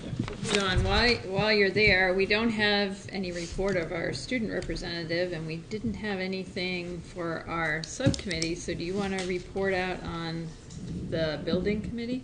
You're making me look bad. No. Really, the only thing that's going on right now is the committee met with the architects 2 weeks ago, and they presented four concept plans for, and these are very basic concept ideas for additions onto the end of the current building. At that time, the committee had an opportunity to weigh in on those. We made some comments, and the plans were sent to the middle school, and the staff had an opportunity to weigh in on those. Those plans have now been sent back to the architect for revision, and when we meet with them at the end of this month, they will have updated designs for us to take a look at. Okay, does anybody have any questions for John? All right, thanks.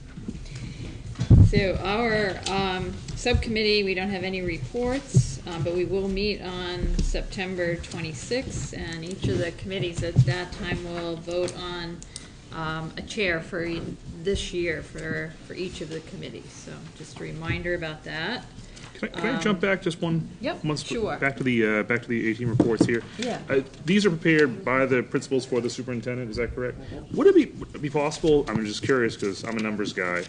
On the elementary schools, just layering out what we have for attendance in each classroom, just so we have those numbers current. Are you talking about enrollment? Enrollment, yeah. Yeah, I have a report to give you today Oh, okay. on enrollment, and so I do that like quarterly. It changes a little bit at the beginning of the year, then they settle out and they're pretty much the same. But Okay. about quarterly, I ask the principals updates, and then I give you updates. perfect. So Thank that works. And for classes that we've got concern about, the Yes. updates are even more Yeah. often. Yes. Mary, a lot of meetings, the meetings gonna be at Elm Street or back to you in the office?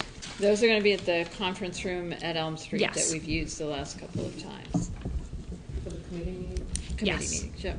Gives us a little more space when we're there, so, the conference room can get pretty crowded if you have other committee members come beyond your, 5 or 6 of us, so. Well, it's closer for me too. So I had a few things under report of the school board chair. RSU 16 has submitted a nomination to the Maine School Board Association for their Business Friend of Education Award, and we've nominated Poland Spring Bottling for their support in terms of our 6th graders and the ongoing support for them at the ecology school, first for Poland and then picking it up a significant amount for RSU 16 all 3 towns, and for the support that they give us in terms of products and things throughout the year. And also mentioned the video that they that they had worked with the plant managers on safety. So we're submitting that for them, and it'll be announced at the conference whether they got it. But Poland Spring was very pleased that we are putting in that nomination. Board survey. We have each year looked at how we were doing as a board, and this is the month that we kind of we'll send out a survey to each of you. And it's important as we establish our goals around effective board structure. So Tina's going to send out that survey, the same one we've used. She's going to send it out tomorrow. And we will review it on September 26th at the Educational Policy Committee. And we're going to ask again you to think about what our accomplishments have been in the last year, what are areas that we need to work on. And the 3 areas that we've kind of evaluated ourselves were in the areas of organization, preparation, and communication. So those are the things that you'll see on the survey. And we'll send it out to you electronically if you could take a few minutes and do it, and Steve will get yours in the mail. Just wanted to say that Thank you to our negotiations team, and that Jen Bonig is going to be our chief negotiator this year. Good And luck. Jack is also on that team, as is Leonard and Diana. So we want to say thank you to you. And as we get down further in our agenda, we will be discussing negotiations in executive session. But I just wanted to say thank you to that team. And to remind people that the MSMA conference is October 27th and 28th. I'm going to try to go to that, and certainly if that's something that anybody else could go to, that would be great. Lauren will do the registration. It's just important if we register that we go, because otherwise, in the past, sometimes we've gotten billed for something that somebody didn't attend. So it'd be great if you could go, and Lauren will send out that registration. And did you say it's in Augusta? It's Yes. at the Augusta Civic Center. And they do have some, like Drummond and Woodson is there, so they have some legal conferences. They typically run like 1 hour sessions, and you rotate through different sessions. You have some options. I do know that it's 2 work days for most of you, so we haven't had a lot of people attend in the past, but I think those who have attended have felt like it was worthwhile. So yeah, just let us know if you're interested in attending. Okay, and report of the superintendent. Okay. So I've got a couple of things. I know people have been asking a little bit about enrollment, so I did want to give you an enrollment update. We have 1,717 kids in the district, and that's down just a little bit from last year. I believe we had 1,725 in our October 1st count for attending students. So we're not down a lot from last year. I think my first year here was like 1,806, so down about 80 or 90 kids in 4 years. But that's not too significant considering losses in other districts. So the big question is always around the elementary schools. You got 3 schools. You're supposed to have, we have required by law to have a comparability. That report's usually due in late October, so we're always watching our numbers early in the school year. And right now, we have an average ratio for Elm Street School with, this is classroom teachers, it doesn't include the specialist added in, which is, they do add those in the comparability report, of 19 students to 1 teacher. And most of our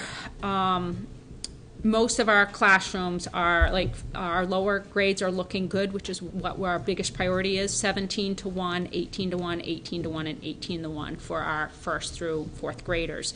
Our kindergarten students, we ended up having a big increase right at the last minute. We have 20 kids in one class and 23 in the other. We have a 21 to 1 ratio. The state, you have to keep it under 20 or under for kindergarten. That's state law. And so we added an ed tech to that position that wasn't expected because the numbers came in late. So we have significantly reduced the caseload by adding that ed tech in for that kindergarten class, which is a big help. Is that the PCS one? That's at Elm Street School. Okay. Yeah, I'm talking Elm Street School now. In the upper grades, the 5th grade has 21 to 1 average. That's their largest class. And then their 6th grade is also pretty large with 20 to 1 for their ratio. So you can see their lower grades, K to 4, are all looking good with their upper grades, better than they have been in the past, which was around 22. So they're down to 20 and 21. So numbers at Elm Street are solid. It's not low class sizes, but certainly reasonable. For Minot Consolidated, they've always had lower class sizes. That continues to be true. They have an average of 17.6 to 1. If you take out the functional life skills students who are not in the regular classroom, it goes down lower than that. It goes down to 16.6. And I say that because PCS's numbers, actually, they always take those students out because they're not in their regular classroom. And 2 schools were doing it slightly different, so I made it the same. They have 16. Whoops. There's a little discrepancy here in what IC has and what the principal tells us have, but we have 16 and 17 in first. We have 14 to 1 in second, 18, actually 15, and that's because of the functional life skills taken out. 15 and 16 in grade 3. Their larger class is 19 and 20. And then the class that's condensed is their 23. Sixth grade had 15 and 16, and kindergarten has 14 and 15. So they actually only have 4 classes over 16 children. All the rest are between 13 and 16. So you can see there is quite a difference between Elm Street, and you'll see the same in PCS and Minot Consolidated. And that's always a challenge because, again, we do have to show that we're comparable. Hopefully we will be comparable when we do the report, and if we're not, we'll have to make some adjustments. So is the large class a 4th grade or a 5th grade? That's a 5th grade now. 5th grade. Yeah, 4th grade last year when we combined it for the first time. Diana? Is the comparability report just teacher number or is it teacher salary? I thought. So there's 2 ways to do comparability. One of them is through the student teacher ratio. Mm-hmm. The other way is to do a salary comparison. That's never really helped us. So typically if you have a smaller class size, the salaries are also higher because you have more teachers per students. So although you can use it, I haven't found it to change our comparability report in the past when we've tried. But there are a couple of different, that's the 2 different ways that you can try to see if you're comparable. And again, what happened the last time when we didn't have comparability, we had to add an ed tech at, actually I think we added 2 ed techs at PCS to get us comparable. And yeah. What was the 23? Was that? We used to have 23 is 5th grade. They only have 1 teacher because there's only 23 kids. And last year we combined that classroom so that we wouldn't have an 11 and a 12 in a classroom. So, we said we had other classes around the district that have 21, 22, 23, 24 kids. And to be equitable, the same should happen at Minot. So they have only 1 class that's large. No, they're in the 5th grade. So it's a little different, 3rd and above. That's not a big number or as big a number when it's above a 3rd grade. Certainly, if it's kindergarten, you have to because the state law is only for kindergarten for over 20. And then for PCS, they are almost exactly the same as Elm Street. They have a 19:1 ratio, so 19.1 to 1 teacher. And their first grades are 18. Second grade is 17 to 1. Their 3rd grade is a large class. It's 21 to 1. So all 3 classes have 20, 21 kids in it. 4th grade has a 17 to 1.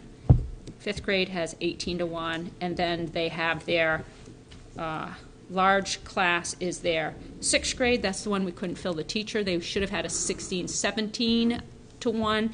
And when we didn't fill the teacher, that made that, at that time, 22 and 23 in a classroom. And they got some new enrollees, so they're actually 23 to 1 for 3 classes. So a very large 6th grade class with 3 teachers. Again, much better when that's at the 6th grade level than when it's at the 1st or 2nd grade level. Do we plan on reopening up a position for the 6th grade level? We're not. We tried, and I told Rick he could talk a little bit about that, but we had both 1st grade and a 6th grade position open.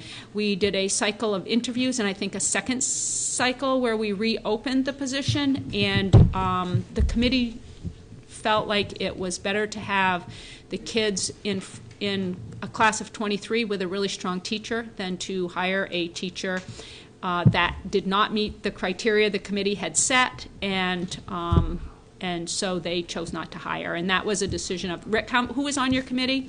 You had teachers and administrators. 2 grade level teachers, 1 for my leadership team, and the 2 administrators. Anybody have any questions about the process? So do you want to tell just about how the team sets the criteria and then reviews the packets and goes through the hiring process? Sure. So basically the way our hiring criteria, or the way our hiring process works, we have teachers from that grade level for which we're hiring, a member of our leadership team, and then administrators. Sometimes we have, we may have 1 or 2 more, depending on where we see the need. We might have a special ed teacher join us. So we kind of set the criteria for what we need in that grade level, and then we go through the application packets, and we try to determine, on paper, who's a good fit for our team. And then we select, out of that, we select candidates that we'll interview. The very last round with the 6th grade, there were, is it okay to share numbers generally? Yes. Or, okay. As long, yeah. So we had 7 applicants in the last round for the 6th grade position. We decided to offer interviews to 2. Both of them had already been hired. So that's where we ended up. You know, it is hard when we look at those large classes, and you know, we definitely, it's not an easy out by any means, right? Because you know, you have those crowded rooms, you know, especially 6th graders, bigger bodies, hormones are starting.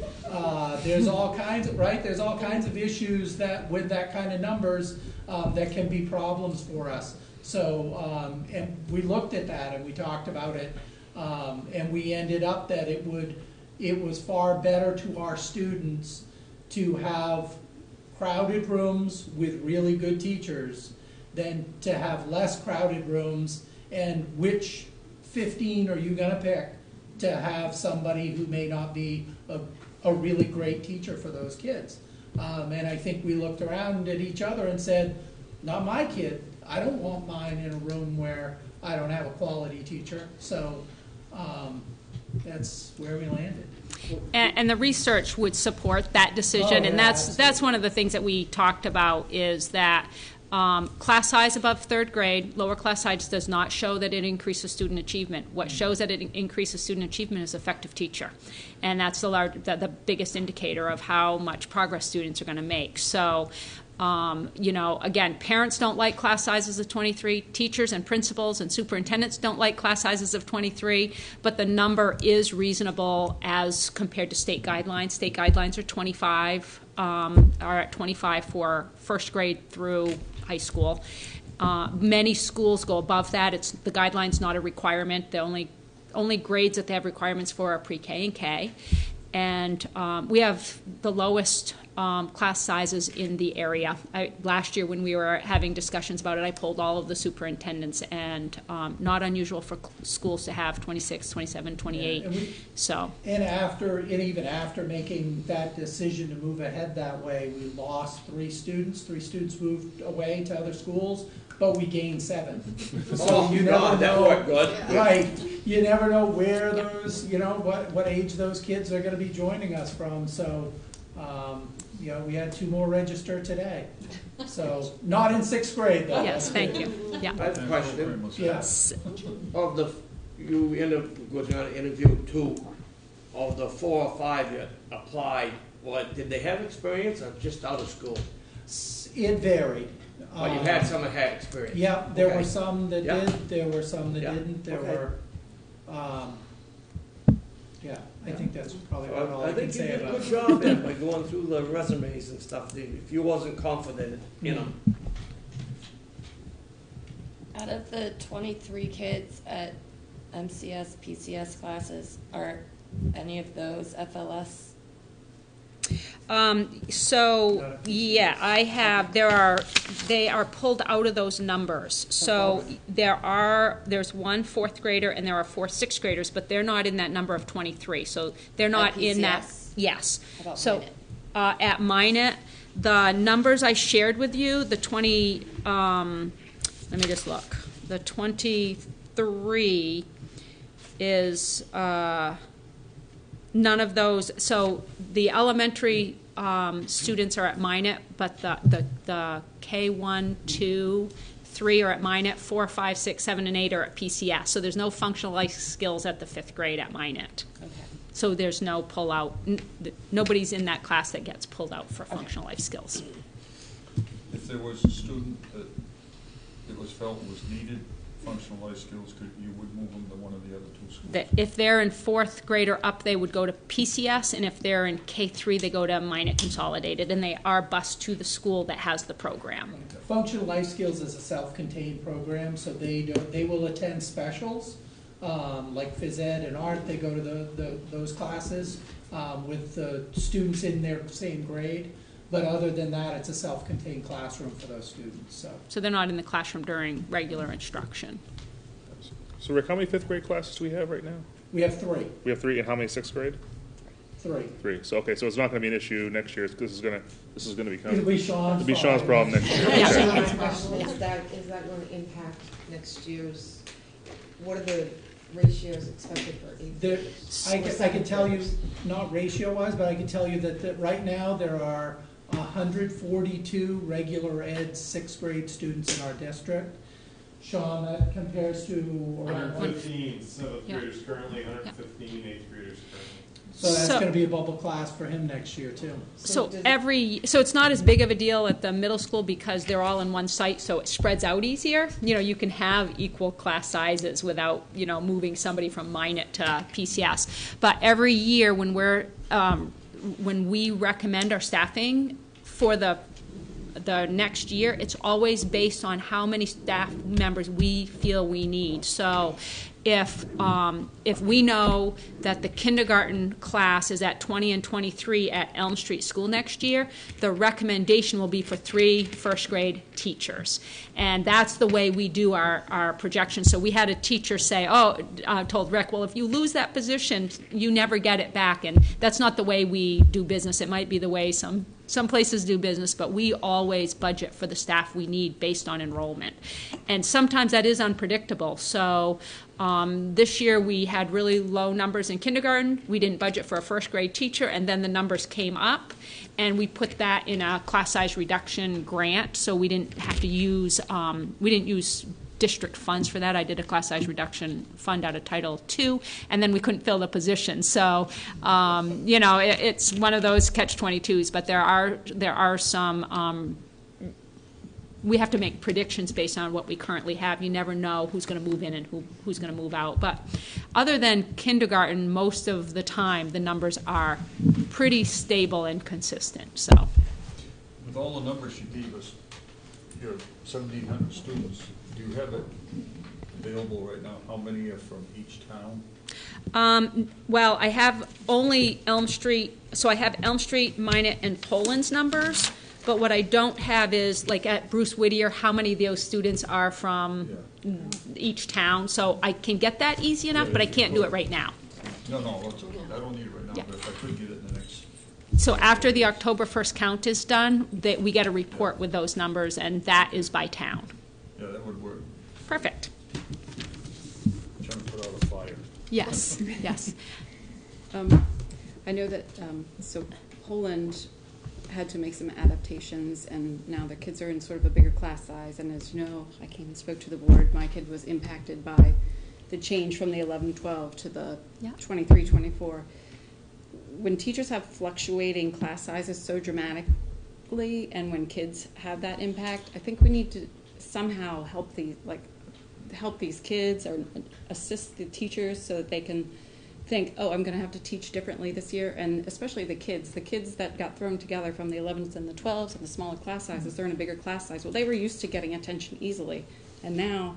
So it's not as dramatic at PCS as it was at Elm Street, because the teachers, I mean at Minot, the teachers like Nicole Fox, her numbers were what last year? Last year, Nicole had 24 last year. Yeah, and so she has 23 this year, or 24 this year. So it's not a big difference for them because the numbers are traditionally not 11 and 12. It was unique that you had that class. How about like the kids? Were they? Yeah, they were. The kids were in a smaller group last year. There were 4 fifth grade teachers last year, so they were in classes 17, 18. Yeah. I just worry that some of the kids that used to count on being noticed that they weren't getting something, like the teacher now has to notice that they're not getting something, or now they have to speak up for themselves. Yeah, I would say the only place that's happened is, I mean, there haven't been classes of 10 or 11 except at Minot, so that experience is probably unique to that classroom.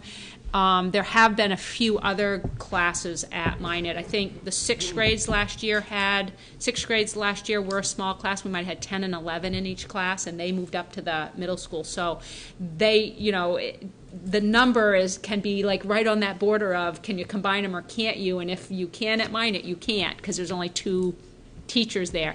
At at PCS, there's 3 or 4, so when you do divide it, it doesn't go from a really, really tiny number to a really large number all of the, you know what I mean? It disperses it amongst more teachers, but. What's the class size in middle school? Like, is it a good preparation for them to go? Yeah, there's to about a bigger 20. classroom? Sean, well, you got smaller class sizes this year, so they might be less, but typically 20 is We're about. running 22. It's usually about, most classes are 17 to 22. Yeah, so it's pretty typical, and Carrie would probably say the same thing about the high school. Most of your major courses are between 18 and 22 kids. Yeah, probably 17, 18. Yeah. They're not, I mean, not a lot that go over 23 or that number. Okay. Moving right along. Yeah. So that's basically our numbers. Like I said, 19 to 1 is Elm Street and Poland, and about 17 to 1 at Minot. Oh yes, I have other items, don't I? One question that's come up from a couple of people is pre-K, and I just wanted to share that we have our PCS program is full. We have 16, 16, and 8, and so the 2 16 classes you have to have an ed tech in, so the ratio has to be 8 to 1, and so those all are full. There's no open slots in pre-K at PCS. Somebody asked if we had a waiting list, and we do. We have 3 parents have come in after school started wanting to register students, and one of the things we've talked about is we have open enrollment in May and June. We don't accept any superintendent's agreements until July 1. We advertise extensively. We put it in the Country Connection. We have it on all of our outside boards to get people to register. And then we make our staffing decisions based on how many kids come. So when people show up after school starts, they may not get a slot because the pre-K is regulated heavily by the state. You can't have more than 8 to 1 ratio. So hopefully word gets out and people start registering early enough, because we could have had the 3 extra slots and the ed tech if we had known early enough to make those when we made those decisions. We do have open slots in the other schools. They were offered the open slots. They did not choose to take those. At Elm Street School, we have 16 in 16 in one class, and then 7 in the other, so they have 1 open slot. And then at Minot, very small class, they have 8 in one and 7 in the other with no ed tech. They have 1 open slot. So again, that we talked about that really small class at Minot, and you can see that it's holding true that that's a really small class. But we do have 2 open slots, 1 at Elm Street, 1 at Minot. So could that potentially make kindergarten? Yeah. 1 teacher? There will be 1 teacher if we only have 16 kids or whatever, 15 kids. You don't know what it's going to be, because there may be some parents that don't send their kids to preschool that will send them to kindergarten. So we will watch that, and if there are 3 more kids, we would certainly want to have 2 teachers in kindergarten. Or what about next year if there's 30 kids or for pre-K at Minot and 30 at Elm Street? Is the ed tech at Elm Street a halftime? And is the ed tech from Minot no longer an ed tech from Minot? Will that person come back to that job? If that works out, certainly. So if we need an ed tech for pre-K at Minot next year, the person that we've had doing it is excellent. We'd love to have her in that position. And so, but we don't guarantee positions. You just, you go with where the numbers are and you put them where they need to be. But certainly we we want our people to be where they feel most comfortable and where they excel. So we would certainly move those positions back to pre-K if they are warranted. We wouldn't say we're only going to take small classes now because we've already. No. We want to serve every pre-K child we can, because it's good for education. It's good for society to have our kids start as soon as they can. Is pre-K funding a bit different than the rest of the funding? The funding is exactly the same. You get a subsidy for every pre-K child. The difference is they're only in school a half a day. So it actually is like getting a double subsidy because you only need one teacher for twice as many kids. So it does help us pay for other programs by having pre-K. So we want to have our pre-K in, yes, and it helps pay for itself. So yeah, as long as you can make your decision within a reasonable amount of time, we want to open up those doors. We only do it 4 days a week, not 5, correct?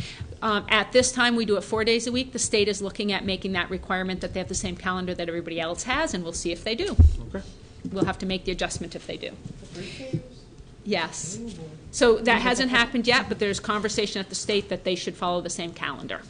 And so we'll see if we'll see if that happens. So the other thing that I wanted to talk about just briefly that wasn't on my list here is disposal of property. We have in our policy a requirement to notify you if we have junk that we need to get rid of, and we do. So I'm just going to read the list to you and let you know that it's going in the trash. 1 long table, it's broken. 3 wooden desks, broken. 3 desks small, broken. 2 large tabletops, broken. 1 large cabinet, it's metal and it's broken. 1 furnace motor, which is broken. 1 metal writing board, broken. 1 metal chair, broken. 1 chair of some form, I can't read John's writing, broken. And several miscellaneous, 1 cloth chair, broken. Several miscellaneous metal pieces that need to go in the garbage. So we've been storing these things, and we're not going to store them anymore. They're going to the dumpster, and I'm letting you know that per policy. Yes, would you like any broken metal pieces? No, but I have a question. Okay. At Minot, for the past month and a half, there are desks and chairs and everything all outside. We are trying to get someone to take those for us. We had the Poland Spring. We contacted Poland Springs to ask if they have any need for them. They came and took some chairs. And so what the policy says is you want to keep them in education and to support education in your communities first. So that's what we've done. And then the obsolete stuff, we just notify you that when they're going to the dumpster, so that if somebody says we're throwing away all kinds of good stuff, you can confirm that you know what it is and that it has been brought to the board. But yes, there are some tables and chairs that are usable still. Those don't just get taken to the dumpster. If you try to find a good home for them. So those will be notified. Through trying to give it to education. So now, can you put a sign on it for parents of Minot, or even you could probably raise some cash for Minot by saying it does $2 say for the chair. It does say that we can surplus property. You can. I'm just trying to read here really quickly. Which is offered for public sale and is not sold, may be disposed of in a manner deemed advisable by the superintendent. So you can offer for sale items. So John's working on cleaning things out for us, and Do you have a parent group? he will give an update next time. We could ask, maybe the PTA or parent group could ask for that stuff and they could sell it and gain some kind of fundraising? So we can't give PTAs our property and let them sell it, I don't believe. It has to go back to the general fund if you're selling items for that our school property that the school paid for per policy. Is that before you throw it in the trash? Well, we can sell it is what I'm saying, is we could post it. it. PTA or whatever for $1. Yeah, possibly, yeah. Put a big sign up, free for the taking. Yeah. Let's get it gone. Yeah, we have to follow your policy, and we do. And so we will let you know if we're trying to sell things, or if we have some ideas, or if you have some ideas, see John. He would love to take any ideas you have. And and his number is 998-2727, extension beep, beep, beep. And the last thing, I know Steve wants me to move on. The last thing is discussion about the strategic plan and the revision process. We've taken sometimes a whole day or half a day to review the strategic plan. That's kind of deadly as far as the excitement that goes behind that, because there's 5 sections to it, multiple components with every section. So I was thinking that this year it might be more effective if we have the committees each take a part of the strategic plan and work on it, and then make recommendations to the board for changes. So if people are willing to do that, I thought we could have the Educational Policy Committee could look at the student piece, which particularly achievement, because that's a big part of the focus. And then part of the staffing piece, I have kind of been going back and forth about A and B, but maybe both of those. I was thinking, of course, the operations committee would do section D, which is about operations, and the food services in there, transportation's in there, and of course our facilities is in there. And then the fourth section in that is finance, so the finance committee could look at that. And I thought maybe we'd have the finance committee, since finance is a small portion of the operations section, could also look at C, which is communications and staff of, the appreciation piece, the spreading the message. And then Mary, I couldn't remember what we said about board governance. Do we want to do that as a whole group? Together, yeah. Okay, that's what I was thinking. And then have the full board work on board governance, since you're all part of that. And then I thought it would break down the work. Everybody could have kind of a good ownership for their part and do it with more depth, and it wouldn't feel like we were trying to cover so much in one sitting. So people feel good about that. That's what we'll do. In the next committee meetings, we'll start the process.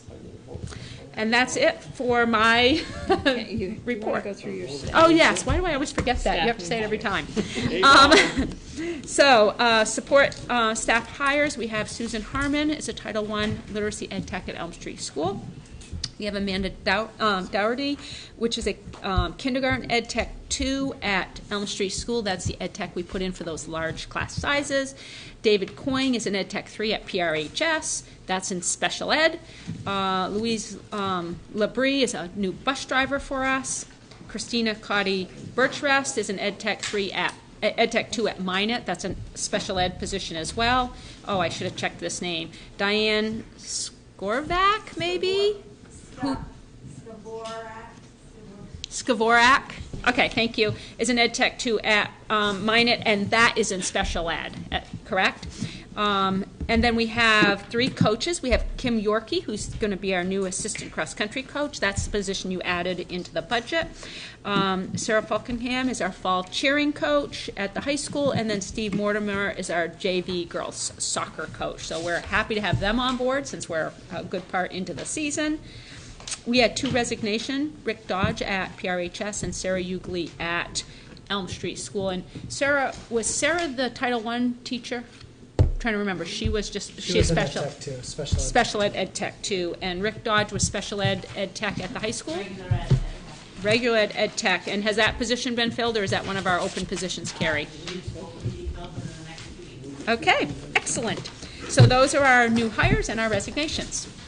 And I guess before we go to executive session, the only other thing I would say is that we were pleased that we were represented in the newspaper that first week of school with 2 great articles about our RSU-16 staff. And once again, it was a reminder of what a great staff we have. We need to be thankful for that. So as we need to move into executive session, if we have motion to go into executive session, and we have it to discuss negotiations, and the second one is in accordance with MRSA